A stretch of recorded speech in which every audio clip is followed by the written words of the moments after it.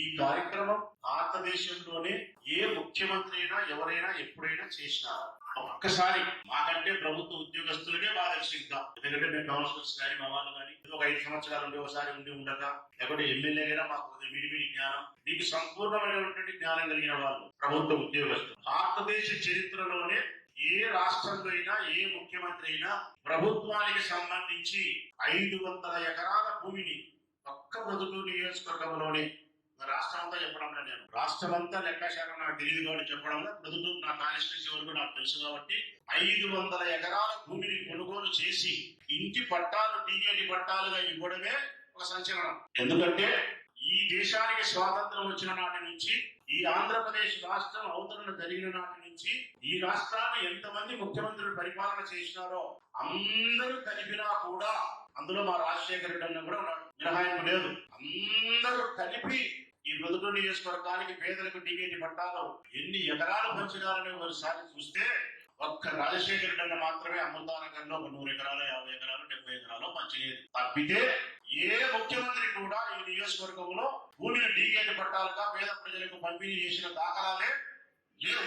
అందరు ముఖ్యమంత్రులు కలిపినా కూడా రాష్ట్రం అవతరించినప్పటి నుంచి పట్టుమని 100 ఎకరాలు ప్రజలకు పంపకం చేయలేదు. అట్లాంటి నూతనంగా మొదటిసారిగా ఒక్క 45 సంవత్సరాల యువకుడు ముఖ్యమంత్రి అయితే పేద ప్రజల యొక్క సొంత ఇంటి కళ నెరవేర్చాలనే ఏకైక సత్సంకల్పంతో, నిబద్ధత కలిగినటువంటి నిస్వార్థపూరితమైన ఆలోచన విధానంతో పేదవారికి సొంత ఇంటి కళను నెరవేర్చే ప్రక్రియను తన భుజస్కంధాల పైన వేసుకుని ఈ ప్రొద్దుటూరు నియోజకవర్గానికి మాత్రమే 500 ఎకరాల భూమిని కొనుగోలు చేసి పేద ప్రజలకు పంపిణీ చేయడం జరిగింది. ఇది ఒక సంచలనం. రెండవది, ఎవ్వరు ఏ రాష్ట్ర ముఖ్యమంత్రి కూడా భూమి పంచగా ఇల్లు కట్టిలే ఈ ఊర్లో. నేను ఓపెన్ ఛాలెంజ్ ఇస్తా ఉన్నా అన్ని రాజకీయ పార్టీలకు, ఇది విమర్శ కాదు, ఓపెన్ ఛాలెంజ్. నా నియోజకవర్గంలో ఏ ముఖ్యమంత్రి అయినా, చంద్రబాబు నాయుడు ప్రధాన ప్రతిపక్ష పార్టీగా ఉన్నాడు, 14 సంవత్సరాలు ముఖ్యమంత్రిగా చేసినాడు, నేను ఆయన్ని అడుగుతా ఉన్నా, నీ 14 సంవత్సరాల కాలంలో కానీ 2014 నుంచి 19 వరకు దగ్గరగా ఉండబడిన పీరియడ్ లో కానీ ఈ ఒక్క ప్రొద్దుటూరు నియోజకవర్గంలో నీవు శంకుస్థలం ఇచ్చి ఉంటే, ఒక్క శంకుస్థలం ప్రొద్దుటూరులో ప్రజలకు ఇచ్చి ఉంటే, ఒక్క ఇల్లు ఆ స్థలంలో నువ్వు కట్టించి ఉంటే, ఆ ఇంట్లో ఆయన సంసారం చేయించి ఉంటే, నేను నామినేషనే వెయ్యను. రేపొద్దున నామినేషనే వెయ్యను. అట్లాంటి మేము 500 ఎకరాలు ఈ ముఖ్యమంత్రి పంచడమే కాకుండా 1,80,000 రూపాయల ప్రభుత్వం నుంచి 4,000 మందికి 1,80,000 అంటే 400 కోట్ల రూపాయల పైన అవుతుంది. 200 కోట్ల రూపాయలు పెట్టి భూమి కొన్నాడు. దాదాపు 500 కోట్ల రూపాయలు పెట్టి 40 ఇంటి కూడా పెట్టకుండా ప్రభుత్వ ఉద్యోగస్తులైన మీరు, ప్రజాప్రతినిధులను మనము ఒక బండి జోడకులమై ఆ ఇంటి నిర్మాణాన్ని మనం చేపడతా ఉన్నాం. ముఖ్యమంత్రి గారి ఆజ్ఞ మేరకు ఇది ఒక సంచలనమే.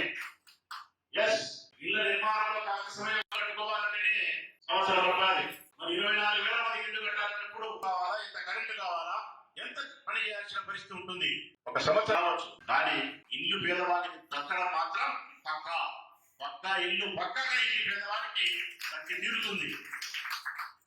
ఇది ఒక సంచలనం. అయితే అసలైన కథ ఏంటంటే, నేను ఛాలెంజ్ చేస్తా ఉండేది, భారతదేశ చరిత్రలోనే ఏ ముఖ్యమంత్రి అయినా సరే ఇన్ని 100,000 ఎకరాల భూమిని రాష్ట్ర వ్యాప్తంగా కొనుగోలు చేసేది కానీ, ప్రభుత్వానికి సంబంధించిన 100,000 ఎకరాల భూమి కానీ టీకేటి పట్టా కాకుండా రిజిస్ట్రేషన్ డాక్యుమెంట్ లబ్ధిదారుని పేరుతో ఇవ్వడం అన్నది ఇది మొదటిసారి చరిత్రలో. ఇది సంచలనం. ఇది నేను అడుగుతా ఉన్న ఉద్యోగస్తులను కూడా, ఇది ఆశ్చర్యం కాదా? టీకేటి పట్టా ఇచ్చేదానికే నోచుకోలేని ప్రభుత్వాలు ఒకవైపు డబ్బు పెట్టి ప్రభుత్వ స్థలాన్ని కొనుగోలు చేసి లబ్ధిదారుల పేరుతో రిజిస్ట్రేషన్ చేసి, కొన్నవారి పేరు అమ్మినవారు ఎంఆర్ఓ గారు అమ్మినవారు, కొన్నవారు వెంకటలక్ష్మ, అమ్మినవారు ఎంఆర్ఓ, కొన్నవారు లక్ష్మీదేవి. ఒక డాక్యుమెంటేషన్ క్లియర్ గా ఒక 10 కోట్ల విలువ చేసే ఆస్తికి వచ్చే డాక్యుమెంట్ కంటే కూడా ఈరోజు పేదవారికి ప్రభుత్వం రిజిస్టర్ చేసే డాక్యుమెంటేషన్ ఇంకా భద్రంగా అందంగా పత్రాలను తయారు చేసి అమ్ముకునే స్వేచ్ఛను 10 సంవత్సరాలకు కల్పించి, అందులో 4 సంవత్సరాల కాలం ఇప్పటికే అయిపోయింది. ఇక తక్కిన 6 సంవత్సరాల కాలం తర్వాత వారు ఎవరికైనా వారి ఇంటిని విక్రయించుకునే సంపూర్ణమైన అధికారాన్ని ఇచ్చి, ఈ రోజే బ్యాంకుకి పోయి బ్యాంకులో తన ఇంటిని మార్చిగేజ్ చేసుకొని తనకు కావాల్సిన డబ్బును తెచ్చుకునే సౌలభ్యాన్ని ఈ ముఖ్యమంత్రి గారు ఈ పేద ప్రజల కోసం ఈ ప్రయోజనాన్ని చేకూర్చినాడే, అదే ఇది బుధవారం రోజు మనం ఇస్తా ఉంటే రిజిస్ట్రేషన్ డాక్యుమెంట్స్ బుధవారం రోజు.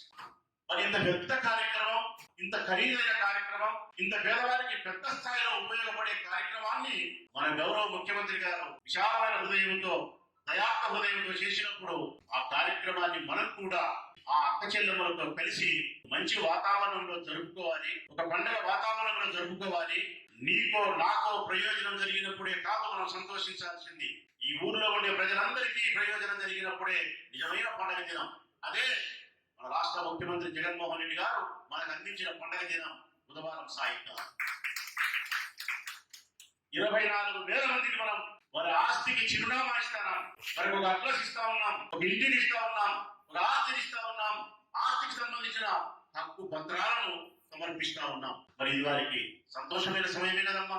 ఆ సంతోషమైన సమయంలో మనం కూడా భాగస్వామ్యం కావడం, ఎవరో మన ముఖ్యమంత్రి గారి గురించి 4 మంచి మాటలు మనం చెప్పుకోవడం, ఇది మన కనీసమైనటువంటి మర్యాద, గౌరవము, సంస్కారం. దీన్ని పాటించాలి అన్న ఉద్దేశంతోనే నేను ఏదో సచివాలయంలో కూర్చొని కాగితాలు ఇచ్చేది కాకుండా, మున్సిపల్ ఆఫీసులో కమిషనర్ గారు ఇచ్చేది కాకుండా, ఎంఆర్ ఆఫీసులో ఎంఆర్ఓ గారు ఇచ్చేది కాకుండా, ఎండిఓ ఆఫీసులో ఎండిఓ గారు ఇచ్చేది కాకుండా, అందరం కలిసి మన అక్క చెల్లెమ్మలను ఒక చోటికి రప్పించి ప్రభుత్వ కార్యక్రమాన్ని ముఖ్యమంత్రి గారి యొక్క మర్యాదకు, గౌరవానికి తగినట్టుగా సంతోషంగా జరపాలి అని చెప్పి మనం భావించడం చేత బుధవారం సాయంకాలం అలివిషెట్ మున్సిపల్ హై స్కూల్లో ఈ 13,000 మంది అక్క చెల్లెమ్మలను అక్కడికి రప్పించే బాధ్యత మీరు, ప్రభుత్వ అధికారులు, వాలంటీర్లు, సచివాలయ సిబ్బంది, స్థానిక కౌన్సిలర్లు, స్థానిక ప్రజాప్రతినిధులు, ఎంపీటీసీలు, సర్పంచులు, తర్వాత మా సిబ్బంది, నిర్మా సిబ్బంది, వీళ్ళందరూ కలిసి ఈ బాధ్యతను తీసుకొని అక్క చెల్లెమ్మలందరికీ ఇన్ఫర్మేషన్ ఇచ్చి 13,000 మందిని అక్కడికి రప్పించి ఏర్పాటు చేసి ప్రభుత్వ కార్యక్రమాన్ని ప్రభుత్వ అధికారులు మేము కలిసి ఏ విధంగా నిర్వహించి వారికి ఆ పత్రాలు ఇచ్చే కార్యక్రమాన్ని చేద్దాం. అది కూడా ప్రభుత్వం యొక్క ఆదేశాల మేరకు ప్రతి నియోజకవర్గంలోనూ శాసనసభ్యుని చేతుల మీదుగానే పంపిణీ చేయాలనేది కూడా ఆదేశం. ఆ ఆదేశాలకు లోబడే కమిషనర్ గారు, ఎంఆర్ఓ గారు కూడా ఈ కార్యక్రమాన్ని నిర్వహిస్తా ఉన్నారు. కాబట్టి మీ అందరినీ రిక్వెస్ట్ చేసేది ఏంటంటే, ముఖ్యమంత్రి గారు ఇంత మంచి కార్యక్రమాన్ని చేసిన తర్వాత ఆ కార్యక్రమాన్ని మనం బుధవారం సాయంకాలం కూడా అదే స్థాయిలోనే గౌరవప్రదంగా సభను మనం విజయవంతం చేయాల్సిన బాధ్యత మనందరిపైన ఉంది. అందుకే అక్కడ ఒక మంచి వాతావరణంలో అలివిషెట్ హై స్కూల్లో ఈవినింగ్ 5 గంటలకు ఎండ ఉండదు, చల్ల వాతావరణం, 5 to 7 లోపల మీటింగ్ క్లోజ్ చేస్తాం. ఆడవాళ్ళకి ఇబ్బంది లేకుండా 2 గంటల ఇంటికి వెళ్ళిపోతారు. మంచి చైర్లు ఏర్పాటు చేస్తారు, త్రాగునీళ్ళు ఏర్పాటు చేస్తారు, బ్రేక్ఫాస్ట్ ఏర్పాటు చేస్తారు. ఒక మంచి వాతావరణంలో, ఒక పండుగ వాతావరణంలో ముఖ్యమంత్రి గారికి మనం కృతజ్ఞతలు చెప్తూ మన వాళ్ళ యొక్క సంతోషంలో మనందరం పాల్పంచుకునే కార్యక్రమమే బుధవారం సాయంత్రం. ప్రెస్ ద్వారా, మీడియా సోదరుల ద్వారా ఈ ప్రొద్దుటూరు నియోజకవర్గంలో ఉండే 23,000 మంది, 24,000 మంది ఇళ్ల పట్టాలు ఎవరైతే తీసుకున్నారో వాళ్ళందరికీ తెలియజేస్తా ఉన్నాను. ఈ 13,000 మందికి ఇస్తా ఉన్నారు కదా, మరి మిగతా ఇంకా 10,000 మందికి మాకు ఇవ్వాల్సిన పరిస్థితి కదా, వాళ్ళకి ఇచ్చినారు మాకు ఇయ్యరేమని చెప్పి ఎక్కడ దాబరా పడతారో, ఎక్కడ మీరు ఆందోళన పడతారనే ఉద్దేశంతో చెప్తా ఉన్నా. ఎవరికైతే ఇళ్ల పట్టాలు ఇచ్చి ఉంటామో, ఇచ్చి ఉండిన ప్రతి లబ్ధిదారునికి, ప్రతి అక్కకు, చెల్లెలకు ఇదే పద్ధతిలోనే రిజిస్టర్ చేసి మీ పత్రాలు మీకు మళ్ళీ అందుతాయి. ఇప్పుడు మొదటి విడతగా మా చేతికి రిజిస్ట్రేషన్ అయిన పట్టాలు 13,000 వచ్చినాయి కాబట్టి, మరొక 7,000, 8,000 రావాల్సినవి వచ్చేదానికి వారం టైం పట్టచ్చు. కాబట్టి కాలయాపన చేయకుండా 20,000 మందిని ఒకేసారి సమీకరించడం అనేది ఆ స్కూల్లో సరిపోదు. కాబట్టి వచ్చిన ఈ 13,000 మొదటి విడతగా ఇచ్చేసి, రెండో విడత కమిషనర్ గారు చెప్పినట్టు మరొక వారానికి వస్తే ఆ వచ్చిన 7,000, 8,000 ఉండే వాళ్ళకు కూడా మళ్ళా మనం మున్సిపల్ హై స్కూల్లోనే సమావేశాన్ని ఏర్పాటు చేసి వాళ్ళకు కూడా వచ్చిన వాళ్ళకి ఇస్తాం. టోటల్ గా ప్రొద్దుటూరు నియోజకవర్గంలో ఎవరికైతే ఇళ్ల పట్టాలు మనం ఇచ్చి ఉంటామో, లబ్ధిదారులుగా మీ దగ్గర డాక్యుమెంట్ ఇళ్ల పట్టా ఉందో వాళ్ళందరికీ రిజిస్ట్రేషన్ కాగితాలు ఇచ్చే బాధ్యత మాదే. అది ఒక వారమా 10 రోజుల ఈ విషయాన్ని లబ్ధిదారులు ప్రతి ఒక్కరూ అవగాహన ఉండగలిగి అర్థం చేసుకొని ఉండాలని చెప్పి సచివాలయ సిబ్బంది మీద, వాలంటీర్ సిబ్బంది మీద, కౌన్సిలర్ల మీద ఒత్తిడి చేయకుండా ఒక్క వారం ఆగితే మీ డాక్యుమెంట్ కూడా వస్తాయని చెప్పి సవినయంగా తెలియజేస్తూ, ఈ ప్రోగ్రామ్ జయప్రదం చేసే విషయంలో మనం తీసుకోవాల్సిన జాగ్రత్తలు, సంబంధించిన సూచనలు ఎవరైనా సచివాలయ సిబ్బంది, యువకులు కానీ, అమ్మాయిలు కానీ, ఏ పాత్రికేయ మిత్రుడైనా, ఏ ప్రజాప్రతినిధి సలహాలు ఇస్తే కాసేపు దాని గురించి మనం మాట్లాడుకున్నామని చెప్పి తెలియజేస్తూ మన ఇంటి పత్రాలు ఏంటంటే మనం ఇంటిని రిజిస్టర్ చేసుకుంటాం, అదే స్టాంప్ రాయల్టీ ఇచ్చిన వారు కొన్నవారు రాయించుకున్నవారు లబ్ధిదారు. మళ్ళీ లోపల పేజీ లేకపోతే కూడా మళ్ళా ఫోటో కూడా సేమ్ మన ఇంటికి ఎట్లయితే ఉంటుందో లబ్ధిదారులు ఎవరైతే ఈ స్థలం కాంటాక్ట్ తీసుకుంటున్నారో వాళ్ళ ఫోటో, ఎవరైతే రిజిస్టర్ చేయించినారో అడ్మిట్ వాళ్ళ ఫోటో ఉంది. అలా కండిషన్స్ కూడా దాంట్లో పెట్టినారు, క్లియర్ కండిషన్స్ కూడా. అంటే పేద ప్రజలకు మీ సంతోషం కలిగేవే ఉన్నాయి.